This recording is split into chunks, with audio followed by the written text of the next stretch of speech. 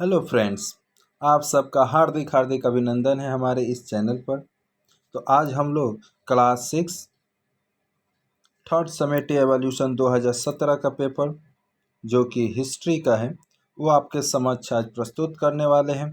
और इस वीडियो में ही इन सारे प्रश्नों का एक तरह से कहा जाए तो उत्तर आपको देखने को भी मिलेगा।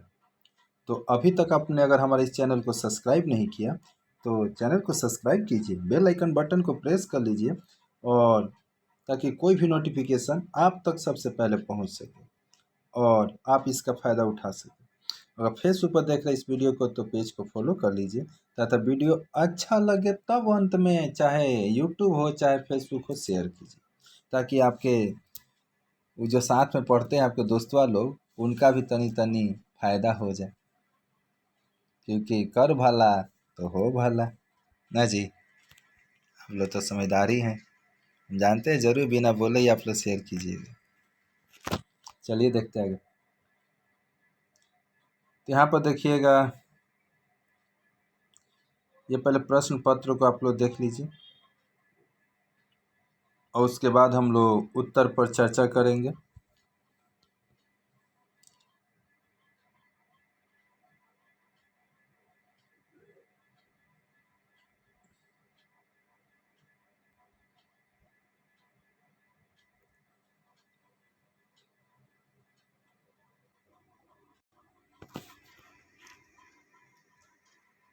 तो देखते जाइए इन प्रश्न पत्र को बारीकी से। बड़े ही खास महत्वपूर्ण प्रश्न हैं जो कि दिल को झकझोरने वाला है। अगर इन प्रश्नों को अगर आप पढ़ के जाते हैं तो एकदम 90% गारंटी के साथ यही प्रश्न आपके एग्ज़ाम में प्रश्न में पत्र में देखने को मिलेगा। तो 2017 का ये पेपर जो कि एक या दो शब्दों में किन्हीं 8 प्रश्नों के उत्तर आपको देने हैं।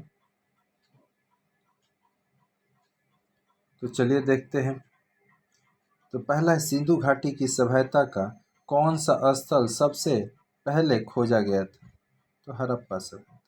हड़प्पा सभ्यता के लिए किस पुराना स्थल से बंदरगाह का प्रमाण का प्राप्त हुआ? इस प्रश्न का उत्तर आप सभी को कमेंट बॉक्स में देना है अगर आपको पता है तो। हड़प्पा सभ्यता की सबसे प्रमुख नदी कौन सी थी? तो सिंधु नदी।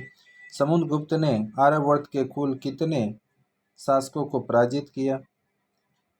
ये भी आपको कमेंट बॉक्स में उत्तर देना है अगर आपको पता है तो। किस गुप्त शासक ने सर्वप्रथम चांदी की मुद्रा का प्रचलन शुरू किया? तो सम्राट चंद्रगुप्त द्वितीय के शासनकाल में। आगे आइएगा, तो हर्ष संवत का प्रवर्तन कब हुआ? तो 606 से लेकर 647 ईस्वी तक। अर्थशास्त्र की रचना किसने की? तो कौटिल्य। महाबलीपुरम के साथ राथ मंदिर का निर्माण किस राजवंश के शासनकाल में शुरू हुआ? तो पल्लव राजवंश के राजा नर सिंह वर्मन ने किया। लिखित कानून सबसे पहले किस शासक ने आरंभ किया? तो हम्बुराबी। और पर्सी पोलस किस साम्राज्य का प्रमुख नगर है? तो मौर्य साम्राज्य। अब यहाँ पर आते हैं खाली स्थान। हड़प्पा सभ्यता की सबसे ऊपरी सीमा? तो मांडा। नृत्य रत स्त्री की ब्रॉन्ज मूर्ति? तो मोहनजोदड़ो में आपको देखने को मिलेगा। अनुमानतः 365 ईस्वी के लगभग उत्तर भारत में कुषाण शासन का अंत हो गया। महाभारत महाकाव्य, नहीं जी ये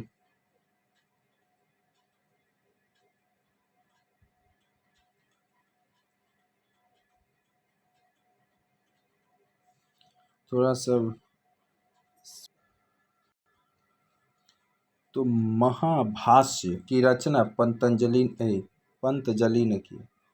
सेल्कुलियस कहाँ का शासक था? तो ग्रीक का।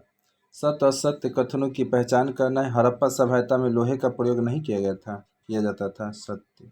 हड़प्पा सभ्यता के 23 शिल्प मोहर मेसोपोटामिया में पाया जाता है। सत्य। स्कंदगुप्त हुण आक्रमण को रोकने में असफल रहा। असत्य। प्राचीन भारतीय शिक्षा व्यवस्था में गुरु की भूमिका नगण्य थी। सत्य।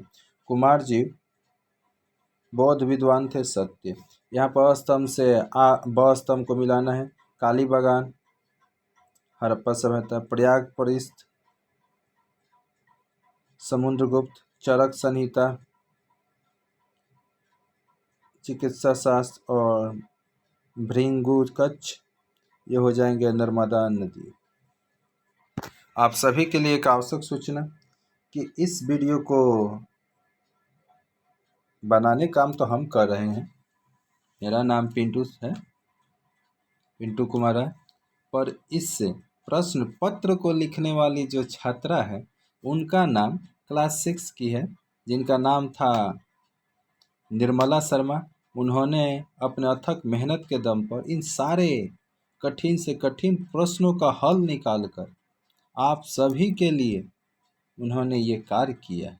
तथा आप सभी उनके लिए एक लाइक वीडियो को कीजिए और एक प्यारा सा कमेंट उनके लिए कीजिए, ताकि उनका उत्साह बढ़े, वो भी देखें इस वीडियो को और भी अच्छे से अन्य और भी जो प्रश्न पत्र हैं उनको आप वो करके आप सभी को प्रदान करें, जिससे कि आप सभी का भला हो जाए। यहाँ पर देखिएगा हड़प्पा, यहाँ पर बेमेल शब्दों को पहचान करना है, यानी पेड़ पत्ता मतलब कहा जाए तो इनमें से जो बेमेल होगा उसको अलग करना है। जैसे हम लोग कहते हैं पेड़ पत्ता जूता डाल, एक इसमें से बाहर निकाल तो हो जाएगा जूता। तो यहाँ हड़प्पा मोहनजोदड़ो पाटलिपुत्र और लोधावीर, तो यहाँ पाटलिपुत्र। अभिज्ञान शकुंतलम मच्छ कटिकम रघुवंशम, तो ये आप लोग इसको बताइएगा। आर्यभट्ट जीवक चतरक सुत, तो यहाँ पर हो जाएगा आर्यभट्ट। ब्राह्मणी खरोष्टी संस्कृत देवनागरी, तो संस्कृत। मृकच्छ कल्याण चोपड़ा ताम्रलिप्त, तो चोपड़ा। यहाँ पर निम्नलिखित कथनों के लिए व्याख्या का चयन किया गया है और इसमें से आपको बताना है कि कथन 1 में कि सुयानजांग चीन में भारतीय उपमहादेश में आए थे तो बौद्ध धर्म से संबंधित शिक्षा ग्रहण करने के लिए। गंधार कला शैली पर ग्रीक यूनानी प्रभाव देखने को मिलता है, तो गंधार पर एक यूनानियों का शासन था। और यहाँ पर ये सारे प्रश्न हैं जी। हड़प्पा सभ्यता को पार्क ऐतिहासिक युग की सभ्यता क्यों कहा जाता है?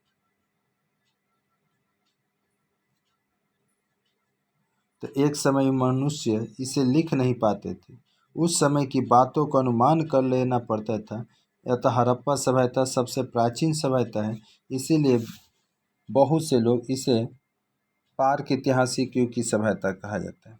हड़प्पा सभ्यता से प्राप्त पशुपति की प्रतिमा मूर्ति के बारे में आप क्या जानते हैं? तो हड़प्पा सभ्यता से पशुपति शिव की मूर्ति पाई गई है। उसे देखकर यह अनुमान लगाया जा सकता है कि वह शिव की पूजा की जाती थी। वहाँ अनेक जगहों पर मंदिर भी बनाया जाता था। किसने कहा सकारी की उपाधि ग्रहण की थी? किसने क्यों सकारी की उपाधि ग्रहण की थी?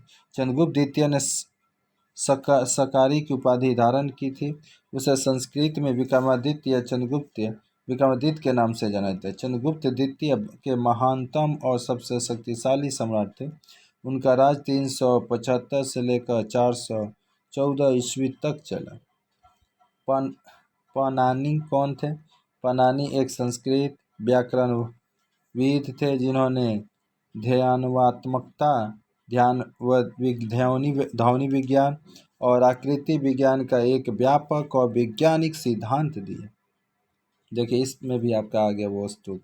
स्तूप से आप क्या समझते हैं? स्तूप एक उपासना का केंद्र है जहाँ बौद्ध धर्म के लोग बुद्ध की उपासना करते थे। स्तूप के चारों ओर चैता बनाया जाता था। यवनिका किसे क्यों कहा जाता है? यवनिका एक प्राचीन भारतीय शब्द है जिसका अर्थ है यूनानी और यवन। यह शब्द प्राचीन भारतीय साहित्य और शिलालेखों में पाया जाता है। यूनान के बीच के सांस्कृतिक और व्यापारिक संबंधों को दर्शाता है। जूनागढ़ प्रस्तुत अभिलेख क्यों महत्वपूर्ण है? जूनागढ़ शिलालेख रुद्रांतनात्मक से जुड़ा हुआ शिलालेख गुजरात के जूनागढ़ में एक चट्टान पर पाया जाता गया है और यह संस्कृति में लिखा गया है। इसमें ब्राह्मणी लिपि की शुरुआत उदाहरणों से यह माना जाता है कि इस वजह से यह महत्वपूर्ण है। अब यहाँ पर आपके बड़े बड़े प्रश्न आएंगे। इन सारे प्रश्नों को आप लोग अपने कॉपी में लिख कर सारे प्रश्नों को ही लिखिए, ये नहीं कहे किसी बड़े को ही। शुरू से लेकर अंत तक अगर आप अपने कॉपी में इन सारे प्रश्नों को उतारते हैं और इसके हिसाब से तैयारी करते हैं तो अवश्य आप अपने एग्ज़ाम में अव्वल नंबर से पास करेंगे और अपने माता पिता, गांव, समाज, परिवार सबका नाम करेंगे। तो आप लोग इन सारे प्रश्नों को, अगर वीडियो थोड़ा जल्दी चल रहा है तो आप लोग इसको पुश करके लिख सकते हैं, और कहीं पर दिक्कत हो कोई चीज़ का तो आप कमेंट कर सकते हैं। कमेंट अवश्य कीजिए, कमेंट से ही हमें उत्साह बढ़ती है। लाइक कीजिए, कमेंट कीजिए, हमें और कुछ नहीं चाहिए। बस आपका लाइक कमेंट ही हमें उत्साह बढ़ाता है कि आप हमारे वीडियो को देख रहे हैं, हमें प्रोत्साहित कर रहे हैं, और आपके लिए हम एक से एक वीडियो लाने का कोशिश करेंगे। तो सबसे फिर से आप सभी से हाथ जोड़कर रिक्वेस्ट है कि आप सभी हमारे वीडियो को सब्सक्राइब तो कीजिएगा ही, पर लाइक कमेंट अवश्य कीजिए। जितना हो सके लाइक कमेंट कीजिएगा, उतने हमें उत्साह मिलेगा, उतना ही हमें प्रोत्साहन मिलेगा, और हम आपके लिए और भी अच्छे से अच्छे पेपर को लाएंगे ताकि आपका भला हो सके। इस वीडियो में इतना ही, फिर मिलते हैं किसी नए वीडियो में। तब तक के लिए जय हिंद, जय भारत, वंदे मातरम।